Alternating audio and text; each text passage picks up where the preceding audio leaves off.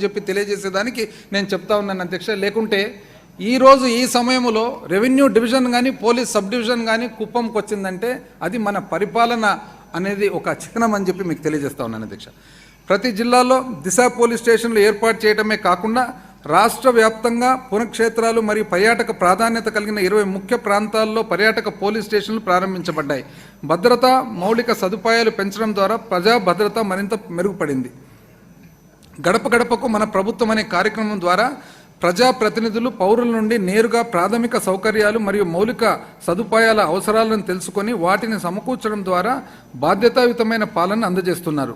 ఈ కార్యక్రమంలో భాగంగా అత్యధిక ప్రాధాన్యత కలిగిన 58,288 పనులను 2,356 కోట్ల రూపాయల అంచనా వ్యయంతో మంజూరు చేయగా ఇప్పటి వరకు 729 కోట్ల రూపాయలతో 17,239 పనులు పూర్తయ్యాయి.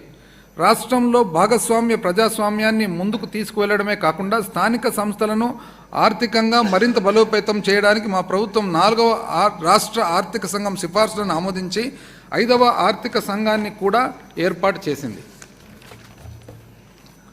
రెండవది అధ్యక్ష, మొట్టమొదటి అధ్యక్ష సుపరిపాలన ఆంధ్ర అయితే, రెండవది అధ్యక్ష సామర్థ్య ఆంధ్ర. పరిపూర్ణ మానవ అభివృద్ధి, పౌరులపై పెట్టుబడి. అధ్యక్ష, ఐక్యరాజ్య సమితి మాజీ అధ్యక్షులు కోఫీ అన్నన్ గారి మాటల్లో అధ్యక్ష, జ్ఞానం అనేది శక్తి, సమాచారం అనేది స్వేచ్ఛ, విద్య అనేది ప్రతి సమాజంలో ప్రతి కుటుంబంలో పురోగతికి పునాది.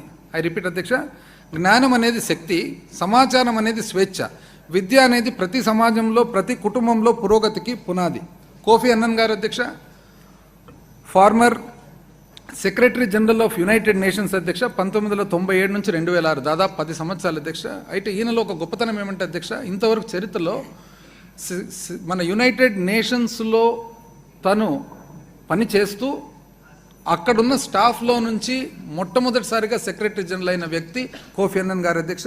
తనకు 2001 సంవత్సరంలో తను అందించిన ప్రపంచానికి అందించిన సేవలకు తను నోబెల్ పీస్ ప్రైజ్ కూడా ఇవ్వడం జరిగింది అధ్యక్ష.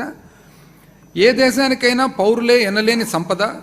రాష్ట్ర వృద్ధికి ఆర్థికాభివృద్ధికి దోహదపడే విధంగా పౌరుల సామర్థ్యాలను అభివృద్ధి చేయడం ప్రభుత్వాల యొక్క ముఖ్యమైన కర్తవ్యం.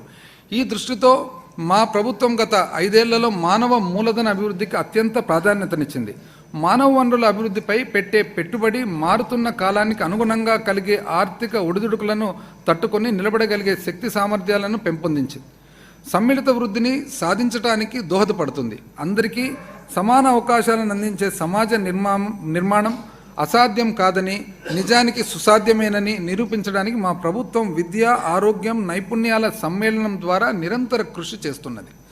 మన పిల్లలను ప్రపంచ స్థాయి పోటీకి సిద్ధం చేయడానికి మా ప్రభుత్వం అన్ని ప్రభుత్వ పాఠశాలల్లో ఆంగ్ల మాధ్యమం విద్యను ప్రవేశపెట్టింది. మన రాష్ట్రంలో ఉన్న 1000 పాఠశాలల్లో చదువుకునే 4,39,595 మంది విద్యార్థులను central board of secondary education CBSE పరిధిలోనికి తీసుకువచ్చాం. అంతేగాక అన్ని ప్రభుత్వ ఉన్నత పాఠశాలల్లో ఇంటర్నేషనల్ బ్యాకలరేట్ IB పాఠ్య ప్రణాళిక కిందకు ప్రవేశపెట్టాలని, ప్రతి ఒక్క విద్యార్థికి TOEFL test of English as a foreign language ధృవీకరణ పత్రాన్ని అందించాలని మా ప్రభుత్వం చిత్తశుద్ధితో కృషి చేస్తుంది. వినూత్న పద్ధతుల ద్వారా విద్యాభ్యాసాన్ని సులభతరం చేయడానికి అన్ని పాఠశాలల్లో 62,000 ఇంటరాక్టివ్ ఫ్లాట్ ప్యానెళ్లను మా ప్రభుత్వం వినియోగంలోకి తీసుకువచ్చింది. స్వీయ అభ్యాసంను ప్రోత్సహించడానికి పాఠ్యాంశాలతో కూడిన 9,52,925 ట్యాబ్లను ఉచితంగా విద్యార్థులకు అందించాము. 9,52,925 ట్యాబ్లను ఉచితంగా విద్యార్థులకు అందించాము. దీనివలన తరగతి గదిలో బోధన మరియు అభ్యాసన ఫలితాలు అద్భుతంగా మెరుగవడం ద్వారా 4వ తరగతి నుండి 12వ తరగతి వరకు 34,30,000 మంది విద్యార్థులు మరింత ప్రతిభావంతులు అయ్యారు. ఐ రిపీట్ అధ్యక్ష, 4వ తరగతి నుండి 12వ తరగతి వరకు 34,30,000 మంది విద్యార్థులు మరింత ప్రతిభావంతులు అయ్యారు. ఎడ్యుకేషన్ మినిస్టర్ గారు, నూతన విద్యా విధానం 2020కి అనుగుణంగా 14,255 అంగన్వాడీ కేంద్రాల సమీపంలో ఉన్న ప్రాథమిక పాఠశాలల ఆవరణలోకి తీసుకురాబడ్డాయి. మరియు 4,470 ప్రాథమిక పాఠశాలల సమీపంలో ఉన్న ఉన్నత పాఠశాలల ఆవరణలోకి తీసుకురాబడ్డాయి. ఈ విధానం ద్వారా బోధన నాణ్యత మెరుగుపడి పిల్లలకు అర్హత కలిగిన సబ్జెక్ట్ ఉపాధ్యాయులను చేరువ చేయగలిగాము. మా ప్రభుత్వం జగనన్న విద్యా కానుక ద్వారా ఏటా దాదాపు 47 లక్షల మంది పిల్లలకు ప్రయోజనం చేకూర్చే విధంగా 3,367 కోట్ల రూపాయల ఖర్చుతో యూనిఫామ్లు, బ్యాగులు, బూట్లు, పాఠ్య పుస్తకాలు మొదలైన వాటితో కూడిన పాఠశాల కిట్లను అందించింది. ఐ రిపీట్ అధ్యక్ష, ఏటా దాదాపు 47 లక్షల మంది పిల్లలకు ప్రయోజనం చేకూర్చే విధంగా 3,367 కోట్ల రూపాయల ఖర్చుతో 55,607 అంగన్వాడీ కేంద్రాలకు యాక్టివిటీ ఆధారిత అభ్యాసానికి సంబంధించిన 26 అంశాలతో కూడిన